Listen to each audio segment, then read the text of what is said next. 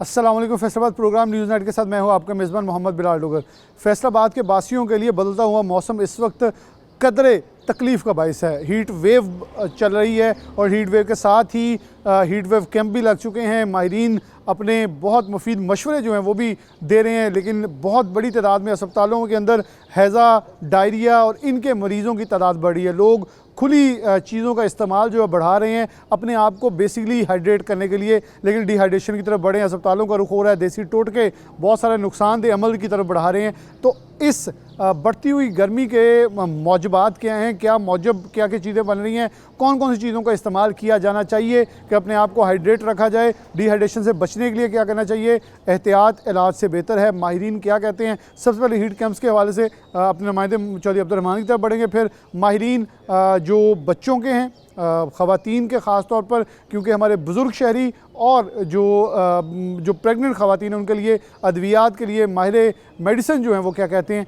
ये सब आपके सामने रखेंगे। माहिरीन तिब के साथ आपके सवालात सामने रखेंगे और देखते हैं कि वो आपको क्या कहते हैं, इस पर अमल करें ताकि अपने आप को इस हीट वेव से जो है महफूज रखा जा सके। प्रोग्राम में आगे लिए चलते हैं।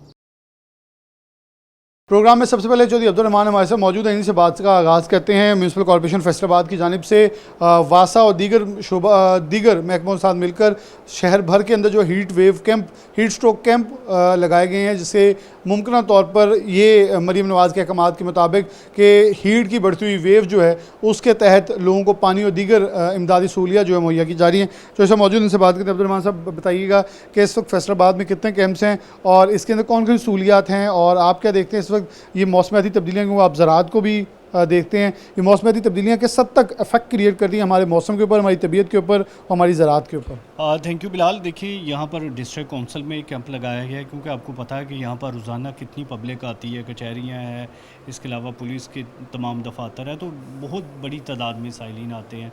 इसी तरह से घंटाघर में लगाया गया, हज़ारों लोग रोज़ाना शॉपिंग करने आते हैं, दुकानदार भी डाल लें तो ये लाखों की तादाद बनती है जो रोज़ाना 8 बाज़ारों का रुख करते हैं। इसी तरह से MCF दफ्तर के बाहर लगाया गया है, जिसमें GTS और दीगर अड्डे वो सारे के सारे जो मुसाफिर आते हैं, ताकि उनके लिए आसानी हो जाए, बैठने के लिए जगह, पंखा।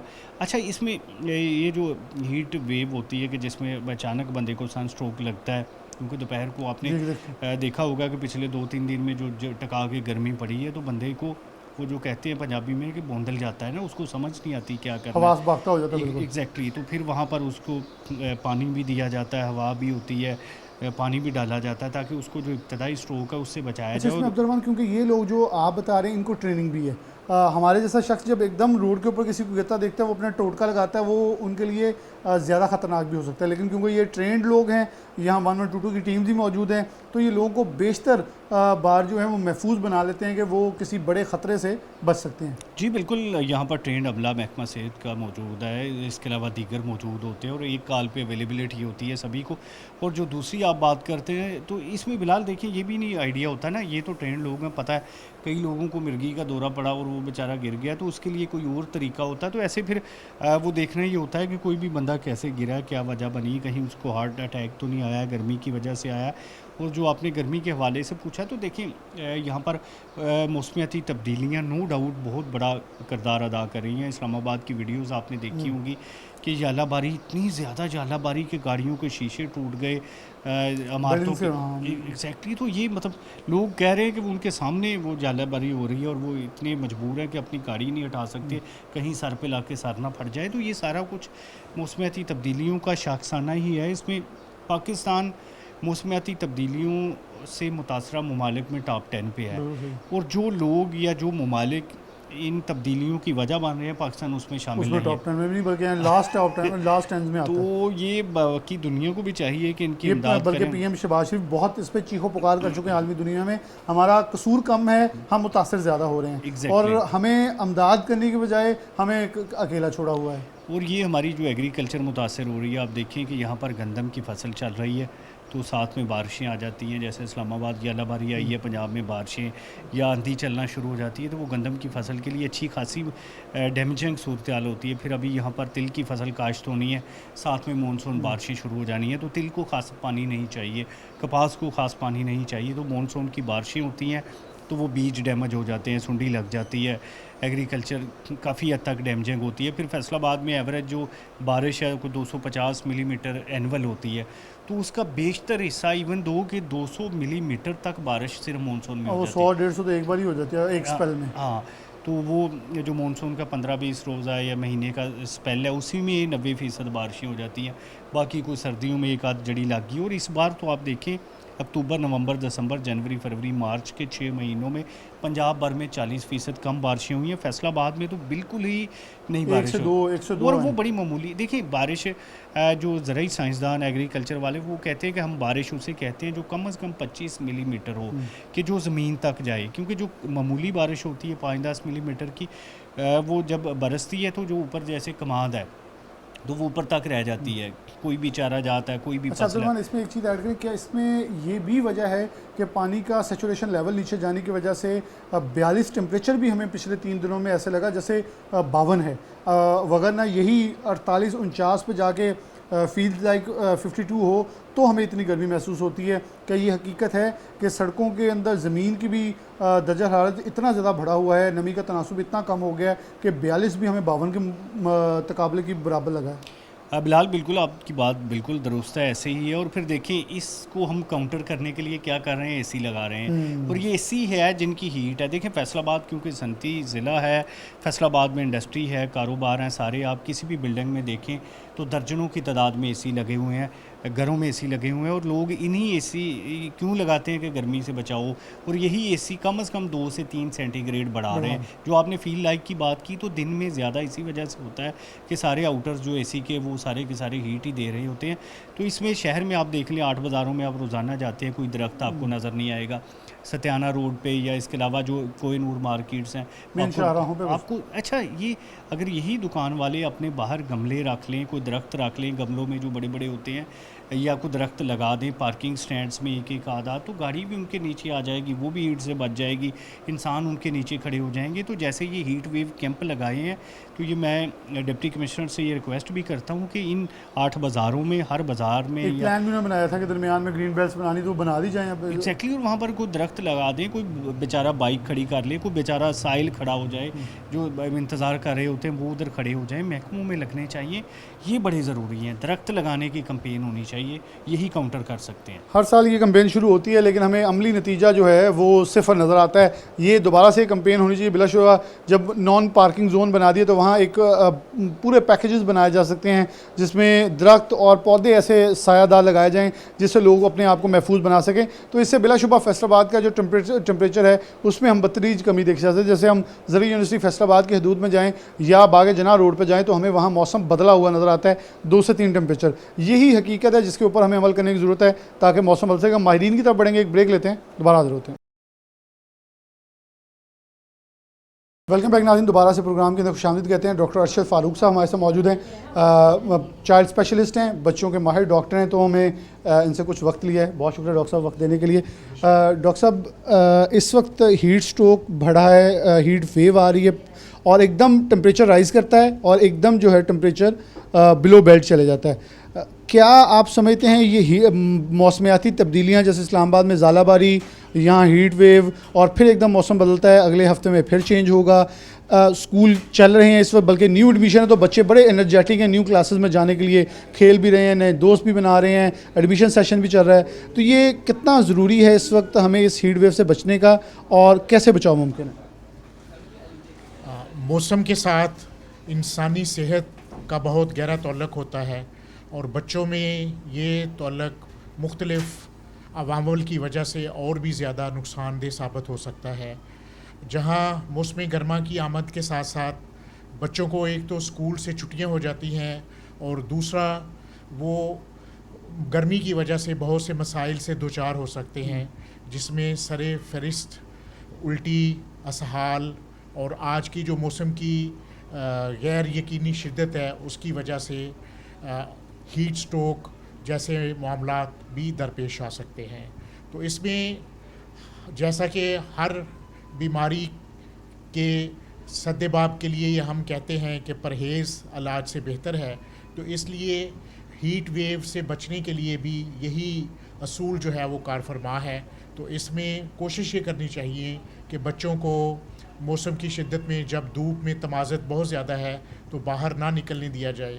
जैसा कि पहले अर्ली 60s में या 70s में घरों में रिवाज होता था कि बच्चों को दोपहर के टाइम पे बाहर निकलने पे पाबंदी होती थी, और यही असूल जो है अब भी अमल पैरा होने की ज़रूरत है। दूसरा जो है, ये बच्चों को कपड़े जो है ये बहुत टाइट नहीं पहनाने चाहिए, ढीले ढाले ये कपड़े पहनने चाहिए इनको, और जो बराह रास्त सूरज की छाँव में जो है वो निकलना नहीं चाहिए।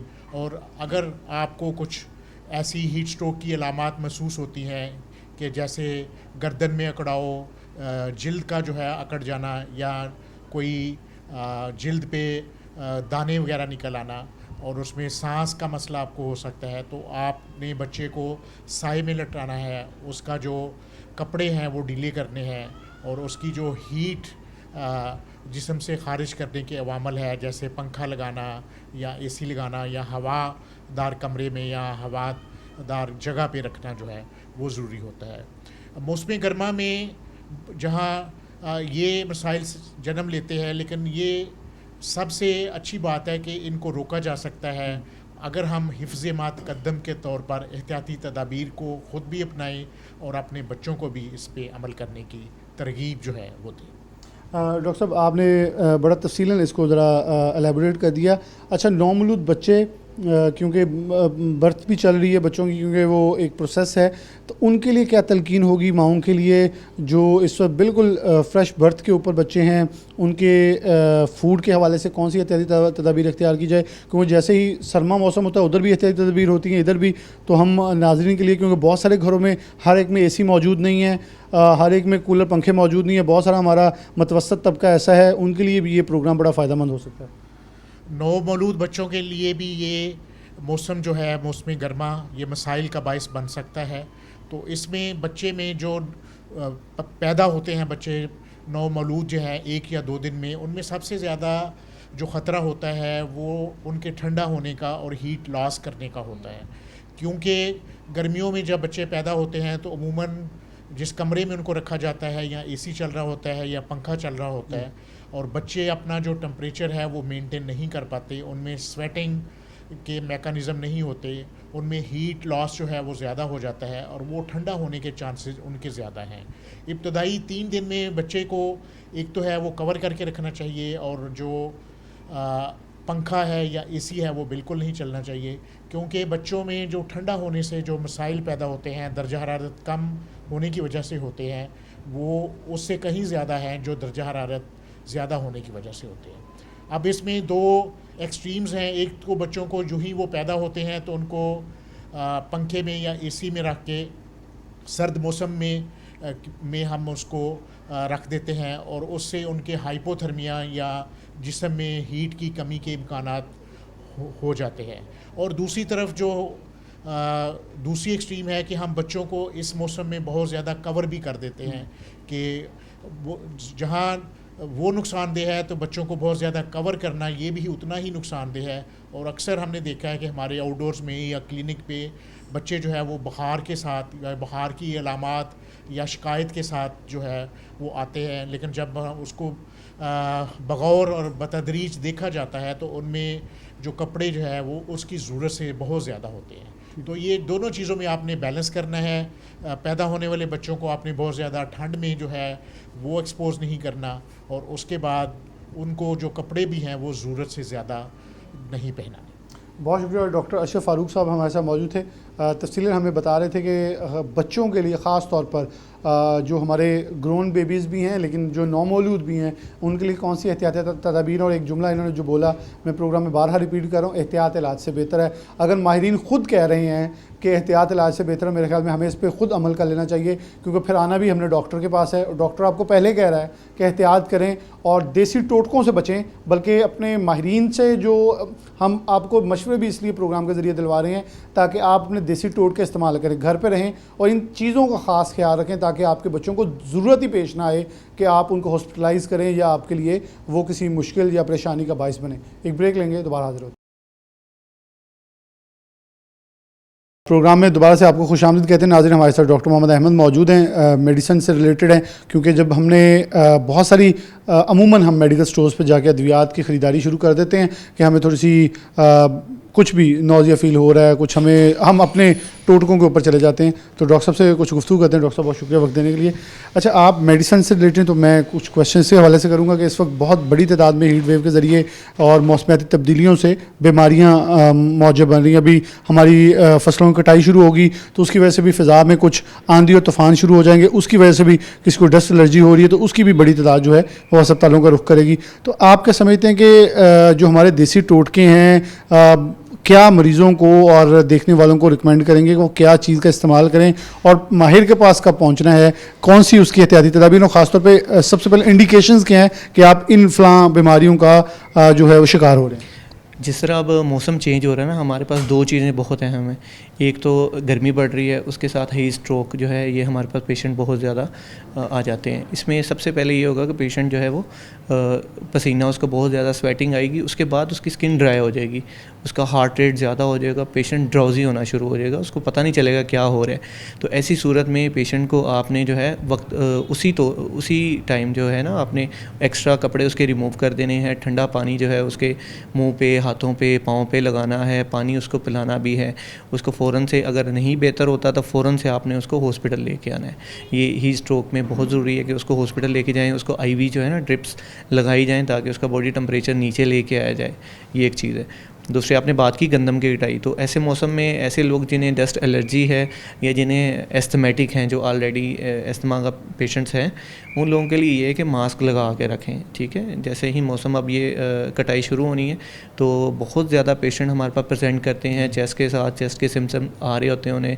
तो ऐसे पेशेंट्स में ये है कि मास्क हर टाइम लगा के रखें। अगर कोई पेशेंट इन्हेलर ले रहा है तो अपना जो है वो अभी कुछ ऐसे पेशेंट होते हैं वो छोड़ देते हैं मेडिसिन गर्मी के अंदर कि गर्मी में बेहतर हो गए, अब ज़रूरत नहीं है। तो पेशेंट्स को चाहिए कि कुछ दिन जो हैं कटाई के, इन दिनों में अपनी रेगुलर मेडिसिन जारी रखें। इन्हेलर पे हैं या कोई कैप्सूल इन्हेल कर रहे हैं या फिर नेबुलाइज कर रहे हैं ख़ुद को, तो वो जारी रखें दवाइयाँ। ठीक है, अगर उनका सांस ख़राब ज़्यादा है, बेहतर नहीं हो रहा, तो फ़ौरन से इमरजेंसी में प्रेजेंट करना चाहिए, उन्हें फ़ौरन से आ जाना चाहिए। अच्छा डॉक्टर साहब, हम गवर्नमेंट काफ़ी कोशिश करी कि फार्मेसीज़ के ऊपर भी बाकायदा फार्मासिस्ट और डॉक्टर्स का होना लाजमी है ताकि वो आपको सही मेडिसिन रिकमेंड कर सकें। हमारे अमूमन यही प्रैक्टिस चलती थी, हम गए, उसे कहा गला ख़राब है या मुझे ये फ़ील हो रहा है, मेडिसिन देते हैं, वो भी जो आपको दवाई यही पकड़ा दिया एक सेल्स पर्सन ने।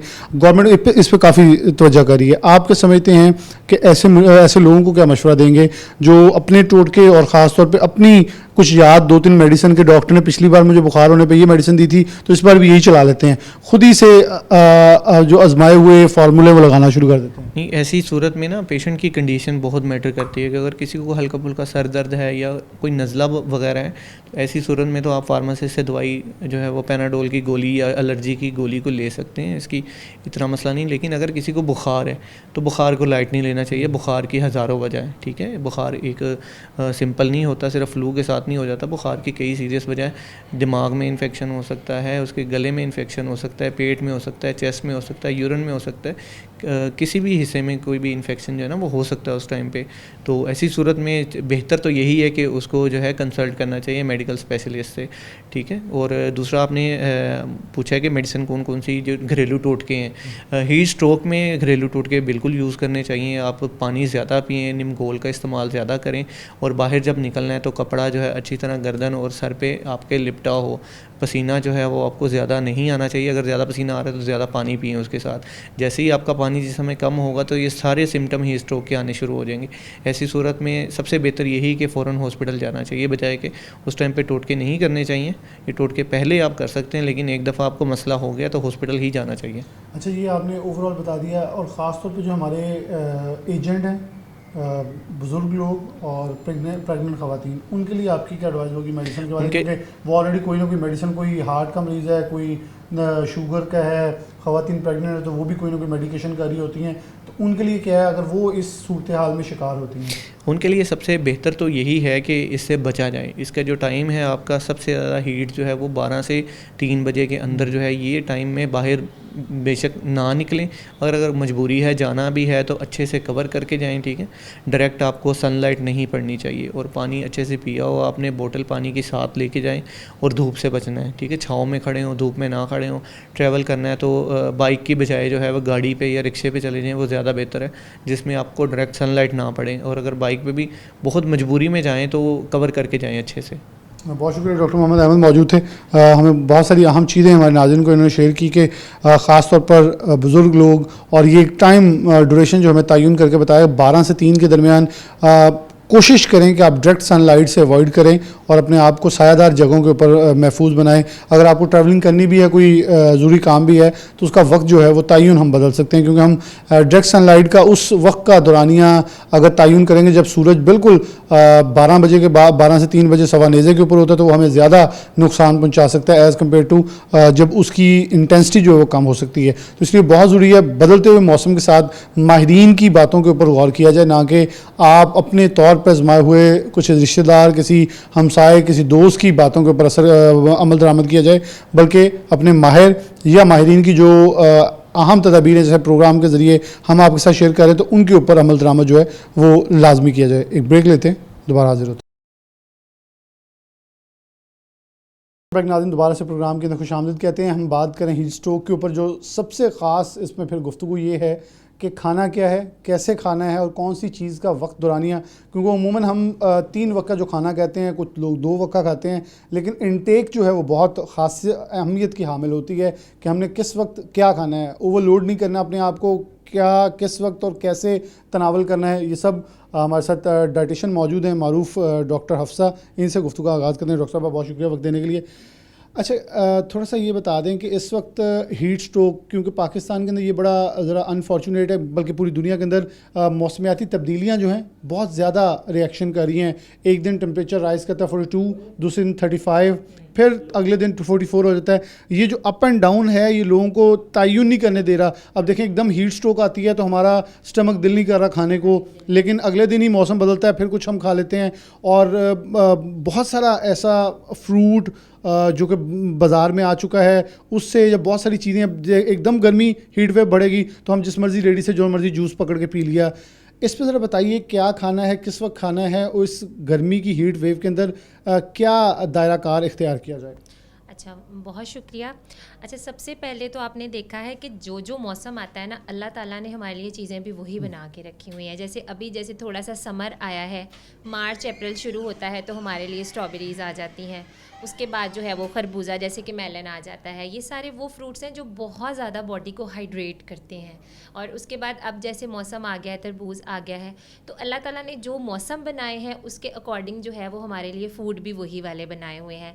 हीट स्ट्रोक होता क्यों है? मोस्टली उन लोगों को होता है जिनका बहुत ज़्यादा हाई टेम्परेचर का एक्सपोजर है। जैसे बच्चे हैं, स्कूल जा रहे हैं, आप देखें जाके बच्चे, कल भी मैं स्कूल में लेने गई हूँ तो वो ग्राउंड्स में ऐसे खेल रहे होते हैं, उनको नहीं फील हो रहा कि गर्मी है या सर्दी है, उनको नहीं पता, लेकिन बहुत ज़्यादा स्वेटिंग होती है। इवन आप छोटे बच्चों को देखें या हम अगर 15 मिनट भी बाहर का चक्कर लगा के आते हैं तो वो एक पसीने में से स्पेसिफिक स्मेल आ रही होती है, जिसकी वजह से बॉडी जो है वो नमकियात, इलेक्ट्रोलाइट लूज़ कर रही होती है। नमकियात बॉडी से कम होते हैं।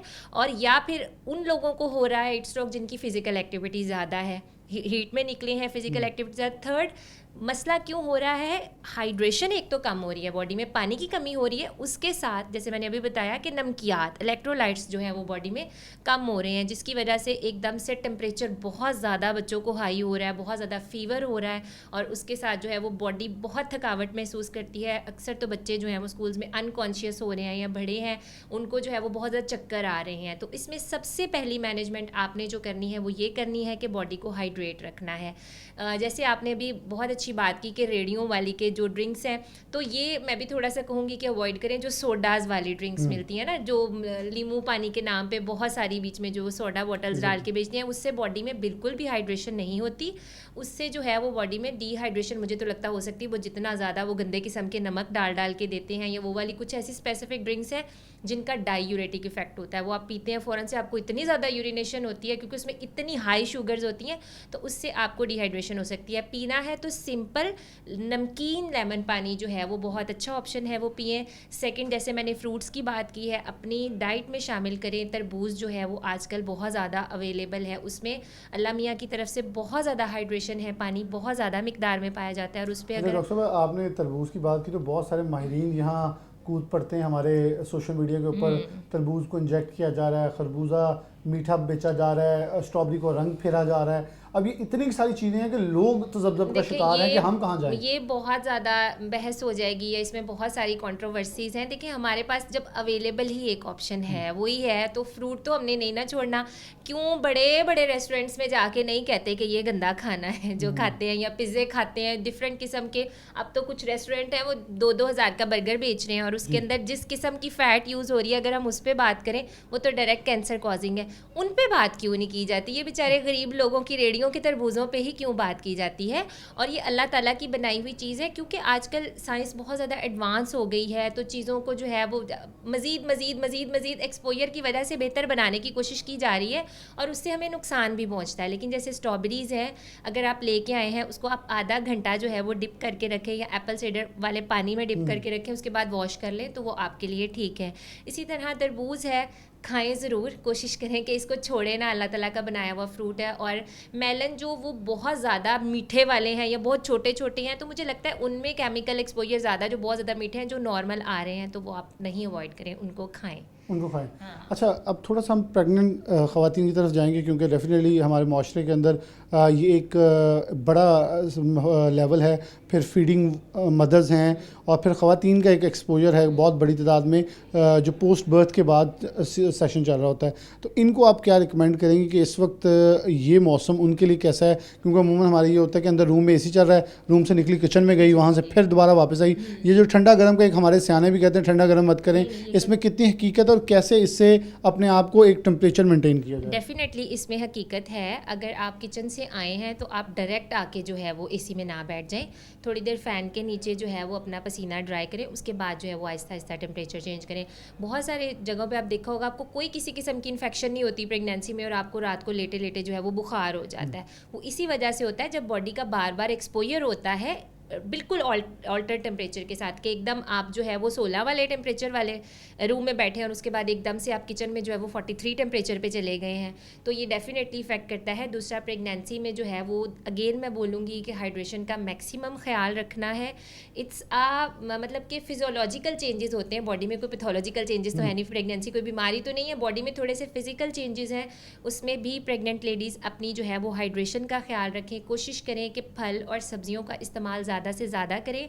आजकल जितनी भी सब्जियां अवेलेबल हैं, जैसे हमारी तोरियां आई हुई हैं, या जो टिंडे हैं, ये जितनी भी ये वाली ब्रीड आई हुई है, इसमें बहुत ज़्यादा पानी हाइड्रेशन मौजूद है। इस तरह की सब्जियों का इस्तेमाल वो ज़्यादा करें, और कोशिश करें कि जो है अपने खाने की रूटीन में हर खाने से पहले जो है वो अपना एक पोर्शन फल का सेट करें, और पानी का वो ख्याल रखें कि दिन में 12 से 13 गिलास पानी पिएं, उनमें भी 4 से 5 गिलास जो है वो लेमन पानी पिएं। और खजूर खाएं, खजूर में जो है अल्लाह ताला की तरफ से बहुत ज़्यादा हाइड्रेशन होती है। खजूर जो है वो हमारी बॉडी में पानी को स्टोर रखती है। इसके साथ साथ एक आजकल सब्जा सीड अवेलेबल है जिसे हम तुखमलंगा कहते हैं। एक तो चिया सीड्स होते हैं ना, वो बहुत महंगे होते हैं। तुखमलंगा जो है वो उनके लिए बहुत अच्छा है, दिन में एक दफ़ा जो है वो पानी में मिक्स करके 1 चम्मच लें, उससे बॉडी बहुत ज़्यादा हाइड्रेशन मेंटेन करती है। अच्छा डॉक्टर साहब, एक शुगर और ब्लड प्रेशर के मरीज़ बड़े डायरेक्टली इफेक्ट हो रहे होते हैं। शुगर एकदम गिर जाती है, या ब्लड प्रेशर एकदम राइज भी हो सकता है, डाउन भी हो सकता है, उनके लिए रिकमेंड क्या करेंगे? और ख़ास तौर पे जो बच्चे स्कूल गोइंग है, क्योंकि हम आजकल टोटके बहुत इस्तेमाल करते हैं, तो सादा सी चीज़ कौन सी है जिसको पानी में ऐड करके साथ कैरी कर लिया जाए, तो अगर कहीं भी आपको ऐसा कुछ लूज़ या अपने आप को बॉडी को थोड़ा फ्रीजी फील हो रहा हो तो उसके कोई सिप ले लिया जाए तो बेहतर होगा? हाँ, ये बहुत इंपॉर्टेंट क्वेश्चन है। स्पेशली शुगर के मरीज़ जो आजकल है ना, उनको हीट स्ट्रोक वेव की वजह से जो चक्कर आते हैं वो समझते हैं हमारी शुगर लो हो गई है, तो वो शुगर लो नहीं होती और वो मीठे शरबत कहीं भी खड़े हुए हैं जो सरदाई के नाम पे पता नहीं क्या क्या बेचा जाता है, और वो जो रेड शरबत पता नहीं किस किस तरह के वो पी लेते हैं। तो वो लोग ख्याल रखें, जो ब्लड प्रेशर के मरीज़ हैं उन्होंने कोशिश करनी है कि लीमू की जगह सेब का सिरका, जो खाम सेब का सिरका वो 200-300 का मिल जाता है, वो 1 चम्मच जो है वो तकरीबन 1 लीटर पानी में, और उससे 1/4 जो है नमक, पिंक सॉल्ट जो धेले वाला नमक है, वो डाल के अपने साथ कैरी करके रखें। उससे उनका ब्लड प्रेशर भी नहीं बढ़ेगा और उनकी बॉडी में हाइड्रेशन भी मेंटेन होगी, और एप्पल साइडर जो है वो उनका ब्लड प्रेशर हाई नहीं होने देगा। जो शुगर के मरीज़ हैं वो भी कोशिश करें कि अगर उनको इस तरह से कुछ भी फील हो रहा है तो वो सिर्फ नमकीन नींबू पानी का इस्तेमाल कर सकते हैं, वो उनके लिए बहुत ज़्यादा इफ़ेक्टिव है, और वो चीनी से जो है वो परहेज़ करें। और अपने खाने में यही कोशिश करें कि जितनी भी उन्होंने फल और सब्जियों का इस्तेमाल करना है, जो शुगर के पेशेंट्स हैं वो दिन के पहले हाफ में, जैसे नाश्ते में ज़्यादा सारा फ्रूट कंज्यूम करें, दोपहर के खाने में ज़्यादा सारा फ्रूट लें, 4 बजे के बाद जो है वो कोशिश करें कि फल कम खाएं क्योंकि उनकी शुगर बढ़ जाती है। मुझसे ब्लड प्रेशर के मरीज़ भी इन्हीं हिदायत को फॉलो करें। बहुत शुक्रिया डॉक्टर हफ्सा हमारे साथ मौजूद थी।